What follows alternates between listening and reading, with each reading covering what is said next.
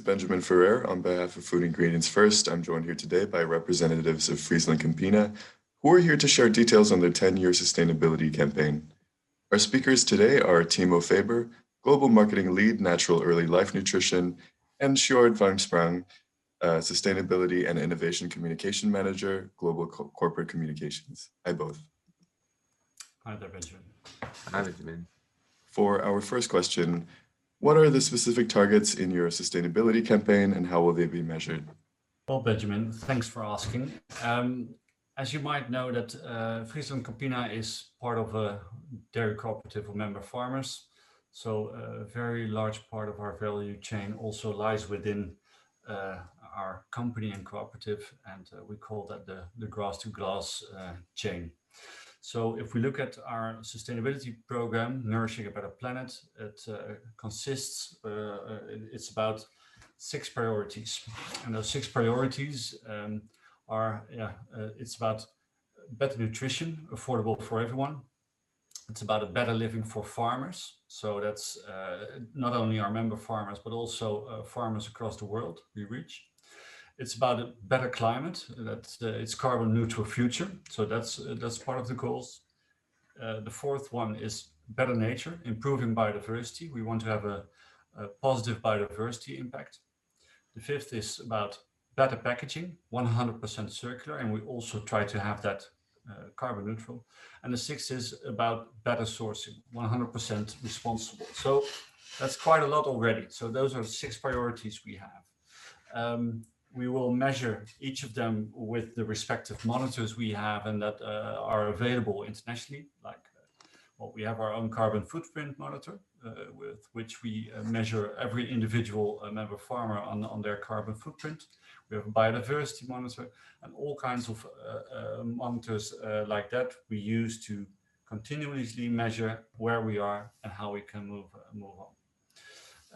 If we look at FrieslandCampina Ingredients as one of the business groups of FrieslandCampina, I would like to hand over to Timo what their focus areas are, unless you already have a question in between, Benjamin, if I can clarify myself more. I think it's all right to move on with the insights. Yes, thank you, Sjoerd. Yeah, so as Sjoerd mentioned, FrieslandCampina Sustainability Program has 6 priorities, and 3 of those are most relevant for the ingredient business, and these are a better climate, the better nature, and better sourcing.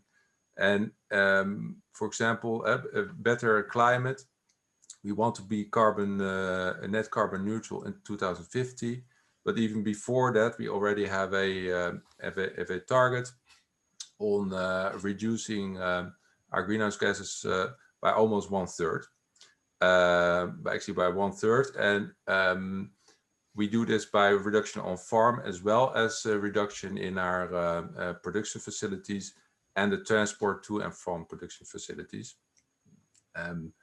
And a second, better sourcing. Well, with better sourcing, we aim to have fully sustainable sourcing by 2025 and also have it 92% traceable by the same date. And then when it comes to better nature, there, as Sjoerd mentioned, we will actually want to have a net increase of biodiversity by 2050. And there we also see a close link to better climate. That's because of with nature also absorbs is a kind of form to sequester carbon in nature. A better biodiversity helps with that. So in that sense, it also helps us to reach our better climate target. If I may add to that shortly, because that is not easy to understand for everyone. It's not the only thing that we are looking at. How can we continuously reduce our emissions? It's also about how can we make sure that if the emissions that there is a good sort of an uptake of that. And if we are also making a stronger biodiversity and a stronger soil, and the soil is then healthier and better able to uptake that emission, then we are winning on both fronts. So that's where better nature, improving biodiversity, and better climate, carbon neutral future, connect.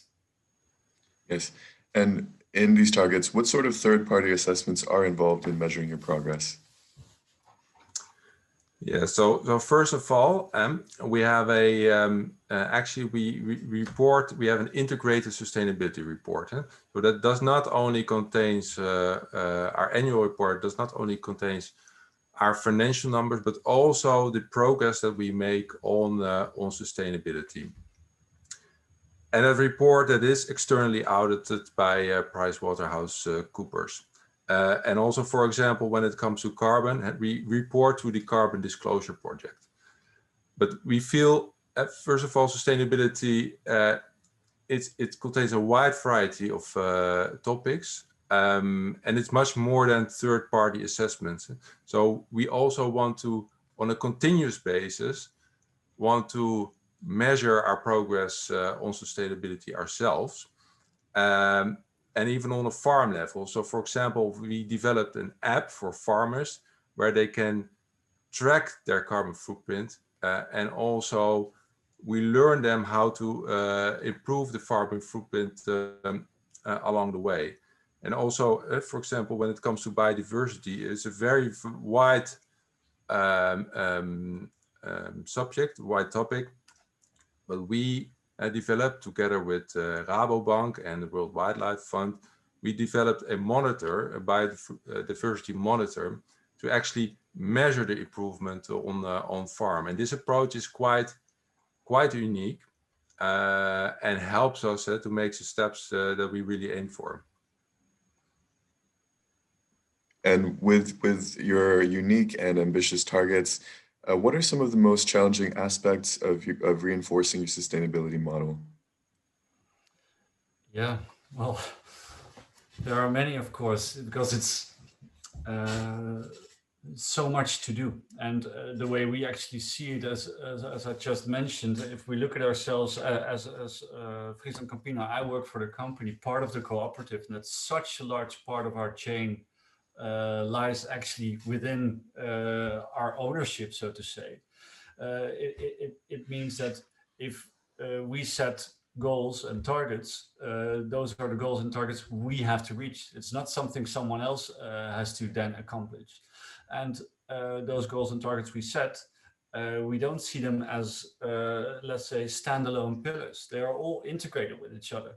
Just like I mentioned that how biodiversity is linking to climate, for instance, and that we are not only looking at, okay, what does that do in where we are mainly active in the Netherlands, but also how does it impact other regions in the world? That integrated approach and setting our targets for ourselves to really make move there, I think those are really important. Those are challenges there. And one of the things to really make it possible is the way we see it is to really closely work together with all kinds of relevant other parties, from NGOs to governmental organizations, but also our customers. And the only way to really realize that is if we invest in it, all of us, for the long term, because in the end, the farmers making that great food that we did, that we need in a more sustainable way, they have to be it has to be possible for them to invest in that. So to make it financially viable for them to continuously be a more sustainable farmer. Those elements to us are quite challenging, but we believe we can and we must do it. Very well said, Sjoerd.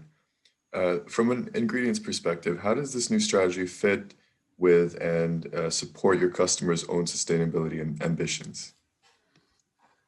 Yes, well, actually, there are two reasons. One is that also our customers, they have ambitious targets on sustainability, especially when it comes to a reduction of carbon footprint.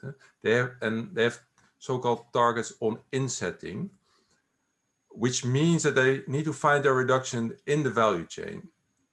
And Well, take a tin of infant formula, for example. When you look at the footprint of that formula, 60% of the footprint can come from dairy ingredients. It depends on which country you source from. So that means that we're closely connected and dependent on each other on this topic. And that's why we also collaborate together on carbon reduction projects on an individual basis. And we also learn from our customers when it comes to methodologies and vice versa. And so that's one item why it's so relevant to collaborate on this topic. And the other reason, and that's basically because there's a clear driver coming from consumers. Well, when it comes to infant nutrition, obviously infant breast milk is the preferred option. But when parents choose for infant formula, they choose, well, dairy-based infant formula for their nutritional characteristics, but also for the sensory properties. But parents ask themselves more and more, okay, and what is the environmental impact of this product I'm taking? And for example, we have conducted a survey, and there we learned that globally, 64% of parents with young kids, they are concerned about the environment, and 40% of those parents, they actually are interested and want to know the impact of the products they buy. And we see our customers responding to that with tools, for example, with QR codes, where you can trace back the ingredients to farm level and also see the footprint. And for example, what we also now see coming across is carbon neutral claims. And all these tools and claims that they really need to be backed up by data that can be trusted.